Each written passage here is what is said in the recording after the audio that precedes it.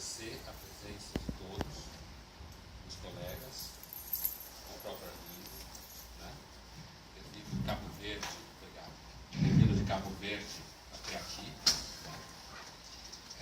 Então, eu vou declarar aberta a sessão pública de defesa de mestrado em Ciência e Religião, do Arlindo Nascimento Rocha, Paradoxos da Condição Humana, Grandeza e Miséria Humana como Paradoxo Fundamental na Filosofia de Blaise Pascal.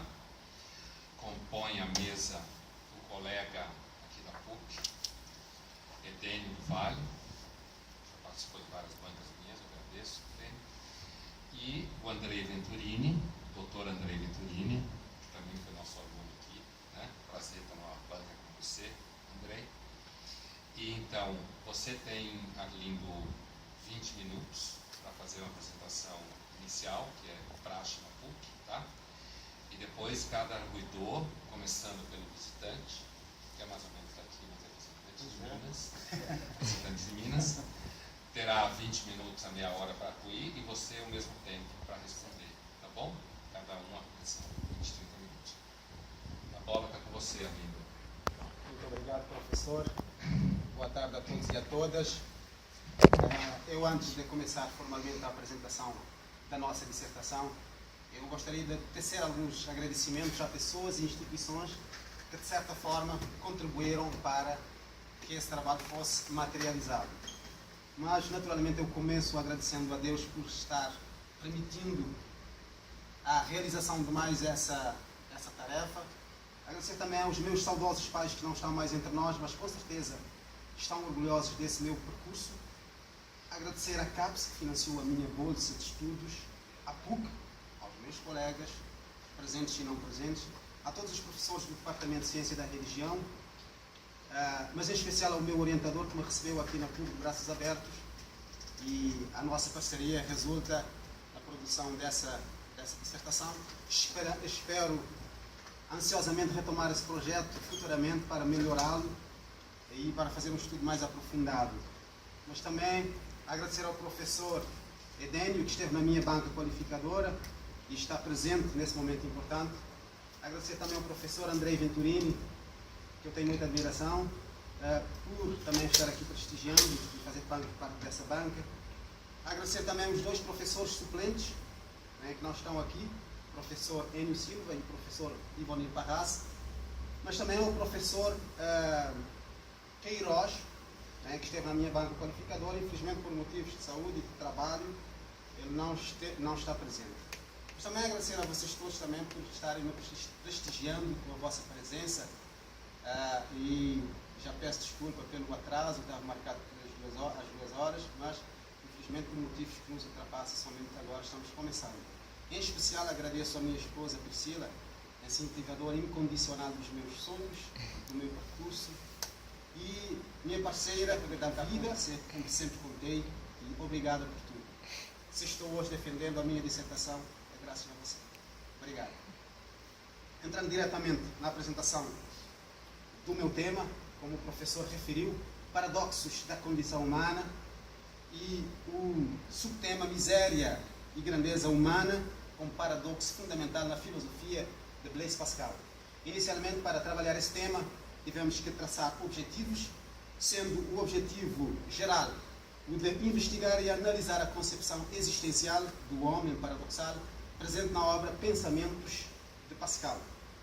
Objetivos específicos foram 5, tentamos traçar um objetivo para cada capítulo, para facilitar o nosso trabalho, mas aqui eu vou enfatizar apenas o objetivo específico número 3, uma vez que tem uma ligação direta com o nosso tema central, que é o de analisar a condição paradoxal do homem entre miséria e grandeza como problema de fundamentação do conhecimento humano. Também nós traçamos uma hipótese inicial, que partindo do pressuposto teológico, ou seja, o pecado original, e consequentemente a queda, analisar a concepção antropológica paradoxal do homem pascaliano, visando corroborar a tese segundo a qual a grandeza do homem é grande por ele conhecer-se miserável. É então miserável conhecer que se é miserável, mas é grande conhecer que se é miserável. Assim nós organizamos o nosso trabalho em 5 capítulos distintos, com 5 temáticas diferentes, mas interligadas entre si. O primeiro capítulo tem um caráter introdutório e biográfico, e nós destacamos 3 momentos distintos na formação do pensamento pascaliano, ou seja, a gênese, a afirmação e o reconhecimento da obra e do legado pascaliano. No segundo capítulo, nós estudamos os precursores filosóficos e teológicos da concepção da natureza humana. Nós enfatizamos várias controvérsias em torno de conceitos que mais tarde Pascal viria a introduzir no seu pensamento. No capítulo 3º, analisamos as bases teóricas para a compreensão do homem pascaliano através do estudo antropológico, onde nós aproximamos as 2 antropologias pascalianas com os 2 estados da natureza humana, para que pudéssemos fundamentar melhor o conhecimento do homem como um ser natural e racionalmente limitado e melhor entender os paradoxos que o afligem. No 4º capítulo, que eu chamo de capítulo central, onde nós analisamos os conceitos de grandeza e miséria como argumento ou como paradoxo fundamental na filosofia de Blaise Pascal, que começa com a observação de que todos os seres humanos exibem características de grandeza e miséria humana. E essa premissa norteou toda a nossa pesquisa, né, e permitiu-nos corroborar à luz do pensamento pascaliano e de outros estudiosos e investigadores que nós destacamos no final do trabalho, nas referências, corroborar a nossa hipótese inicial. No 5º e último capítulo, nosso foco foi a epistemologia e a psicologia pascaliana, uma vez que ambas conservam uma relação muito estreita com a antropologia pascaliana. Ambas são marcadas por traços de insuficiência, desproporção, miséria existencial empiricamente observáveis a partir do momento que o homem passa a constatar a sua verdadeira natureza. Numa breve apresentação de Pascal, Ben Roger nos afirma que conhecemos pouco e, paradoxalmente, nós conhecemos muito sobre Pascal. Primeiro, porque Pascal não escreveu muito sobre si mesmo em qualquer detalhe, mas os seus escritos sobre a condição humana, sobre a graça, sobre a salvação, sobre o pecado, nos diz muito sobre Pascal. Pascal foi um pensador francês do século XVII, considerado gênio em sua época. Foi matemático, físico, filósofo, foi também teólogo, gênio da literatura universal, um polemista mordaz, defensor ferrenho do cristianismo, né? E em muitos aspectos Pascal pode ser considerado como o homem mais representativo da França do seu tempo. E isso fica claro numa comparação que Jacques Attali faz, um dos biógrafos de Pascal, onde ele afirma que o que Platão é para a Grécia, Dante para a Itália, Cervantes ou Santa Teresa para a Espanha, Shakespeare para a Grã-Bretanha, Pascal é para a França. Mas não foi fácil chegar a esse patamar e fazer parte desse panteão dos grandes pensadores universais. Porque Pascal primeiro foi censurado, depois negligenciado, para depois ser admirado e até tornar-se objeto de culto. Embora tenha tido uma vida muito breve, morreu aos 39 anos de idade, né, mas soube justificar sua curta existência. Da criança prodígio a gênio, né, não foi preciso muito tempo, mas tudo foi a custo de um corpo débil, né, que depois de vários trabalhos ligados à ciência, né, soube retomar o caminho da religião. E nós não temos dúvidas que Pascal foi realmente um apologeta. Ele soube compreender o drama do seu tempo e compreender a tragédia dos homens, né. Sua apologia propõe métodos e conteúdos atuais, uma vez que ele dirige diretamente ao coração do homem, lá onde ele se sente muitas vezes amado e provocado. Também, ao investigarmos sobre a natureza humana em Pascal, e quando nós traçamos um paralelo entre Pascal e outros filósofos e teólogos que o antecederam, naturalmente nós acabamos observando que Pascal ora se aproxima, ora se afasta, com forma de fundamentar a sua própria concepção. Naturalmente, como agostiniano, ele acaba aproximando ou então desenvolvendo conceitos que Santo Agostinho já havia trabalhado, né? E os outros filósofos que nós investigamos nesse capítulo, e as controvérsias que também seguiram, acabaram corroborando as teses que emergiram da controvérsia entre Agostinho e Pelágio. De certa forma, o filósofo que talvez não, que cronologicamente está mais próximo de Pascal, é Descartes.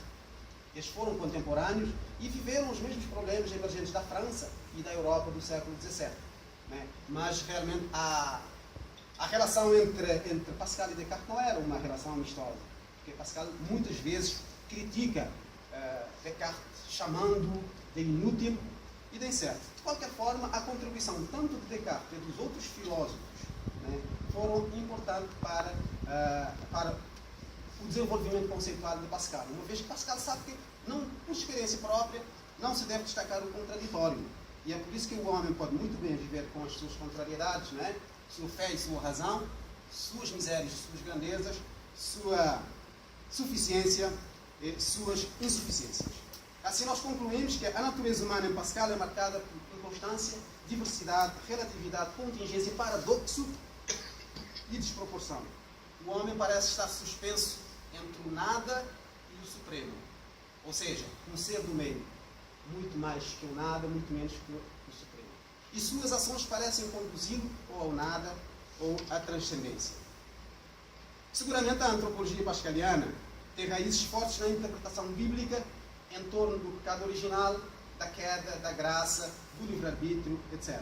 Ele funda um campo antropológico partindo da insuficiência humana para chegar a um aspecto psicológico, sociológico, né, político, epistemológico da condição humana. E nesse aspecto a interpretação das três ordens é fundamental para a compreensão, né, para a compreensão existencialista da antropologia existencialista pascaliana, na medida em que nos ajuda a entender, né, e a verdadeira situação do homem após a queda e a relacionar as três concupiscências básicas com as três ordens das coisas para melhor entender os três tipos de homens. E entre essas três ordens, como afirma Pascal, não existe comunicação possível, tendo em conta as suas naturezas disjuntivas. Né? E, de acordo com André Comte-Sponville, ele afirma que Pascal é o filósofo que separa as ordens, e por isso sua filosofia é trágica. Né? Mas uma coisa é certa, Pascal está de acordo, está convicto, né, que depois da queda o espírito humano perdeu toda a capacidade de discernir a verdade, inclusive no campo religioso. Falando um pouco sobre o argumento antropológico de Pascal que citamos inicialmente, que começa com a observação de que todos os seres humanos, né, indiscutivelmente, todos exibem qualidades e traços de grandeza e de infinitas misérias. E esse argumento é bastante atraente no ambiente contemporâneo, de acordo com Roberto Vilar, uma vez que começa com uma observação sobre a natureza humana e não sobre, por exemplo, um argumento em relação à existência de Deus, à confiabilidade na Bíblia, ou então sobre a ressurreição de Jesus Cristo. E, em nossa opinião, a formulação desse paradoxo, ou desse argumento, teve como precursores dois filósofos, Epiteto e Montaigne, né, representantes das duas maiores correntes filosóficas do mundo, de acordo com Pascal, né, ou seja, o estoicismo e o ceticismo, ambos com uma visão distinta do homem, distinta e unilateral do homem. Mas, segundo Pascal, nenhum nem outro estava certo, uma vez que o verdadeiro conhecimento do homem está na conjugação dessas duas posturas ou dessas duas visões sobre o homem. E é por isso que Peter Kreeft afirma que nós não devemos dividir os filósofos em pessimistas ou otimistas, entre filósofos da grandeza ou filósofos da miséria, mas sim em paradoxicalistas e não paradoxicalistas. Os paradoxicalistas seriam filósofos como Pascal, Kierkegaard, Dostoiévski, uma vez que eles têm uma visão aberta em ambas as direções, ou seja, eles enxergam o homem com ambos os olhos abertos. Contrariamente aos outros filósofos que são unilaterais, unidimensionais, e se quisermos, não paradoxicalistas, seriam aqueles que cobrem um dos olhos quando se trata do homem. Segundo Pascal, o homem vive uma situação paradoxal marcada por traços de miséria e grandeza. No plano interno, ela reflete na luta entre a razão e as paixões. E no plano externo, entre o homem e a natureza. Mas, de acordo com Pascal, apesar do homem viver constantemente em guerra consigo mesmo e com os outros, ele ambiciona o amor e a estima dos outros. É incontestável para nós que exista uma relação estreita, como afirmamos anteriormente, uma relação muito estreita entre a epistemologia, a psicologia e a antropologia pascalianas. Uma vez que a epistemologia pascaliana não existe uma razão suficiente como queria Descartes. Né? Aliás, Pondé, acho que é Pondé, a razão é reclusa de um provincianismo cognitivo. E Peter Crift acaba concordando tanto com Pascal como com Pondé, não sei quem concorda, se é Pondé que concorda com Crift e com Pascal, mas é que Crift diz que a razão não é inválida. Pascal também já defendia isso, mas ela é fraca. A razão humana é como os olhos humanos, somente uma faixa de luz é visível aos olhos. Né? Todos os extremos são invisíveis aos olhos e incompreensíveis para a razão. Entretanto, ao perceber sua condição insuficiente, nada mais lhe resta a não ser apelar à imaginação como forma de superar suas barreiras cognitivas. Mas a imaginação, como nós vimos ao longo da dissertação, né, nada mais é do que a superpotência enganadora da razão. Então, sozinho, infeliz e incapaz de transcender a sua condição insustentável, miserável, o homem acaba caindo no tédio, angustia-se, né, após várias tentativas de fuga de si mesmo, através do divertimento. E finalizando a nossa apresentação, nós não temos dúvidas de que nossos objetivos foram atingidos. Né? Nossa hipótese inicial também foi corroborada por várias passagens ao longo da dissertação que traz à tona toda a tragicidade com que Pascal analisa o destino do homem, pela arrogância de querer igualar-se a Deus, pela finitude diante da infinitude e da atemporalidade do seu Criador, pela miserabilidade existencial, pela pigmeização diante de um universo grandioso e infinito, pela infinita procura do lugar perdido, enfim. Tudo no homem parece começar e terminar com gemidos de dor e de desespero. E eu acho que Pascal é um retrato disso. Não é à toa que, no derradeiro suspiro, ele pronunciou a seguinte frase: que Deus jamais me abandona. Apesar de ter uma vida sofrida, né, mas sempre ter Deus ao lado dele, e na morte também ele não quis que Deus o abandonasse, mesmo sofrendo e sabendo que estava morrendo, ele quis ter a companhia de Deus. E é isso que eu peço também, que Deus esteja sempre na nossa companhia. E eu termino aqui a minha apresentação. É claro que eu não consegui cobrir todos os pontos, resumir 300 páginas em 4 ou 5 páginas, não é fácil. Mas eu espero ter levado ao júri um panorama geral do trabalho, para que cada um leu e tenha a sua apreciação. Eu me coloco à disposição para tirar as dúvidas, para responder às questões. Se não houver, melhor ainda. Mas, naturalmente, sempre haverá. E isso é o bom da questão, né? É mostrar que nós fizemos o nosso trabalho e estamos cientes de que conseguiremos responder às questões, mesmo com algumas dificuldades ou não, mas é isso que torna a nossa apresentação digna de ser uma dissertação de mestrado. Muito obrigado a todos, a todas. Finalizo aqui a minha apresentação. Espero não ter seguido tudo. Não, você ainda tinha 4 minutos. Então eu vou continuar falando mais um pouquinho.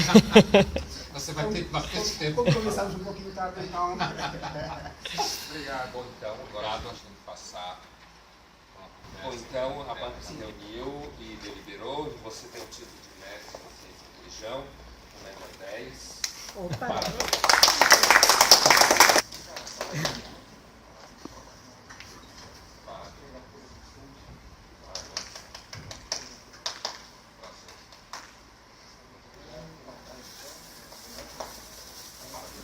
Para quem não sabe, Cabo Verde é um arquipélago formado por 10 ilhas. Então é uma narrativa que a gente costuma contar muito para quem não conhece Cabo Verde. É um arquipélago formado por 10 ilhas, e quando Deus fez no mundo, que era uma massa homogênea, né, Cabo Verde ainda não existia. Mas quando Deus viu que os homens já eram terríveis, resolveu separar os continentes, resolveu separar, né, pedaços de terra para que os homens não entrassem em colapso, em guerra. Né? E aí separou. Quando estava separando o Brasil da África, né, terminou de fazer o seu trabalho, agora vou descansar. Ele fez isso. Só pediu as mãos e acabou. E das 10 poeirinhas que caíram dos dedos das mãos dele, aí ficou o Cabo Verde. E Cabo Verde foi ainda, e principalmente na época da expansão, funcionou como um ponto intermédio entre a Europa, a África e o Brasil. Os primeiros escravos que chegaram aqui no Brasil passaram por Cabo Verde. Teve uma ótima notícia que aqui no Brasil falou-se crioulo de Cabo Verde. Por quê? Cabo Verde deu-se um processo de miscigenação. Cabo Verde não era um país habitado até 1460. Os portugueses chegaram lá, viram que era uma posição estratégica, foram à África, pegaram negros, transformaram em escravos, levaram para Cabo Verde, ladinizaram, ensinaram a falar português, ensinaram a religião cristã, mas dessa fusão nasceu uma língua diferente, que é o crioulo de Cabo Verde, que é uma mistura de português e línguas africanas. E os primeiros escravos que chegaram ao Brasil saíram de Cabo Verde, então falou-se crioulo aqui no Brasil. Né? E temos uma história comum, apesar de sermos consumidores muito da cultura brasileira, o contrário não é verificado. Mas eu fico feliz por estar aqui, por estar na PUC, uma das grandes universidades aqui do Brasil, por ter tido a oportunidade não de ter muitas aulas, como o Condel estava até lamentando não ter tido mais aulas, estava falando com o Vitorino, mas eu assisto várias aulas através do YouTube, eu vejo todos os vídeos, eu vejo todas as palestras, acompanho nas postagens, é uma forma também de estar próximo. Foi somente um semestre, mas ao longo da nossa dissertação nós estivemos sempre em contato, sempre colaborando, o professor deu toda a liberdade possível, nunca me senti coagido, sempre enviei os textos, sempre corrigi o que tinha para corrigir, com a orientação do professor. Então, nosso resultado está aqui, não é o melhor dos trabalhos, mas é o possível. E obrigado, professor, por me ter recebido. E se eu tiver que voltar à África, Cabo Verde, nos próximos tempos, espero não tão em breve, eu quero fazer realmente o doutorado, eu acho que eu tenho condições para fazer isso, mas o futuro só a Deus pertence, vamos com calma. Concluindo esse, a gente vai programar o futuro.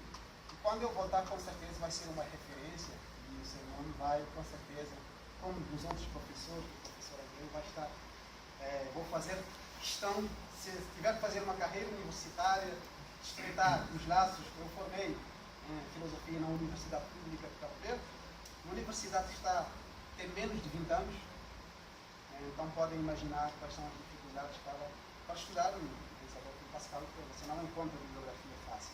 Graças a Deus aqui no Brasil mais condições de procurar bibliografia, e graças a Deus eu acho que foram suficientes. Tem muita coisa que eu descobri, isso na internet.